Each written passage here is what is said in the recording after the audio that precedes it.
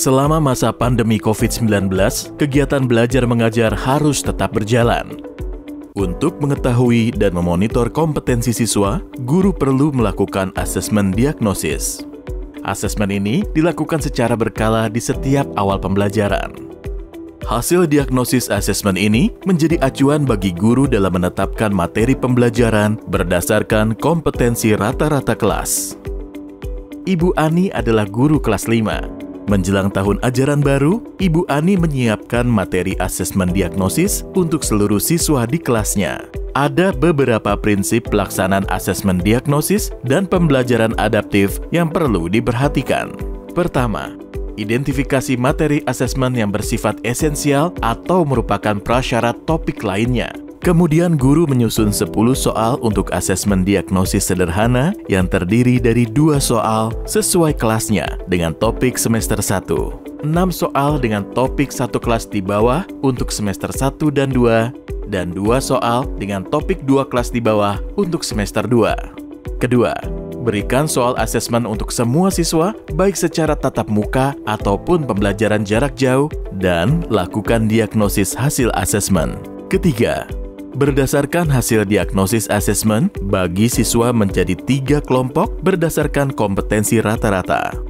Selanjutnya, guru akan memberikan pelajaran dengan pendekatan yang berbeda untuk setiap kelompok. Sekarang, mari kita lihat bagaimana Ibu Ani melaksanakan asesmen diagnosis untuk pelajaran matematika kepada siswa kelas 5 yang berjumlah 5 orang. Dengan mengacu pada materi kompetensi dasar sederhana dari Kementerian Pendidikan dan Kebudayaan, Ibu Ani menyusun 10 soal asesmen awal untuk mata pelajaran matematika yang meliputi topik, penjumlahan dan pengurangan, dan panjang, luas, dan keliling. Selanjutnya, Ibu Ani akan memilih soal dengan topik-topik tersebut yang terdiri dari 2 soal kelas 5 semester 1, 6 soal kelas 4 semester 1 dan 2, dan 2 soal kelas 3 semester 2. Setelah seluruh siswa kelas 5 mengisi soal matematika, Ibu Ani melakukan diagnosis hasil asesmen dan memasukkan hasil jawaban siswa ke dalam tabel. Siswa yang berhasil menjawab pertanyaan dengan benar akan diberi angka 1, dan yang menjawab salah akan diberi angka 0. Setelah masing-masing siswa dinilai, Ibu Ani perlu menghitung rata-rata kelas. Hasilnya, rata-rata kelas siswa kelas 5 adalah 6,2. Hasil rata-rata kelas ini menunjukkan bahwa kompetensi dasar siswanya pada mata pelajaran matematika berada di kelas 4, yaitu 1 level di bawah kompetensi dasar kelas 5. Berdasarkan hasil rata-rata kelas tersebut, Ibu Ani membagi siswanya menjadi 3 kelompok dan menyesuaikan pengajaran di kelas dengan kompetensi rata-rata murid. Siswa dengan rata-rata kelas akan diajar oleh Ibu Ani sebagai guru kelas 5.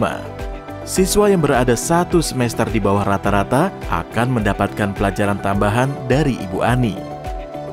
Siswa yang berada 2 semester di bawah rata-rata akan dititipkan ke guru kelas di bawahnya atau membuat kelompok belajar yang didampingi orang tua atau pendamping lainnya yang relevan. Ibu Ani akan melakukan asesmen diagnosis sederhana ini secara berkala setiap bulan. Hasil asesmen berguna untuk melakukan adaptasi materi pembelajaran sesuai tingkat kemampuan siswa kelas 5 yang diajarnya. Asesmen diagnosis berkala dilakukan di setiap kelas untuk semua jenjang pendidikan.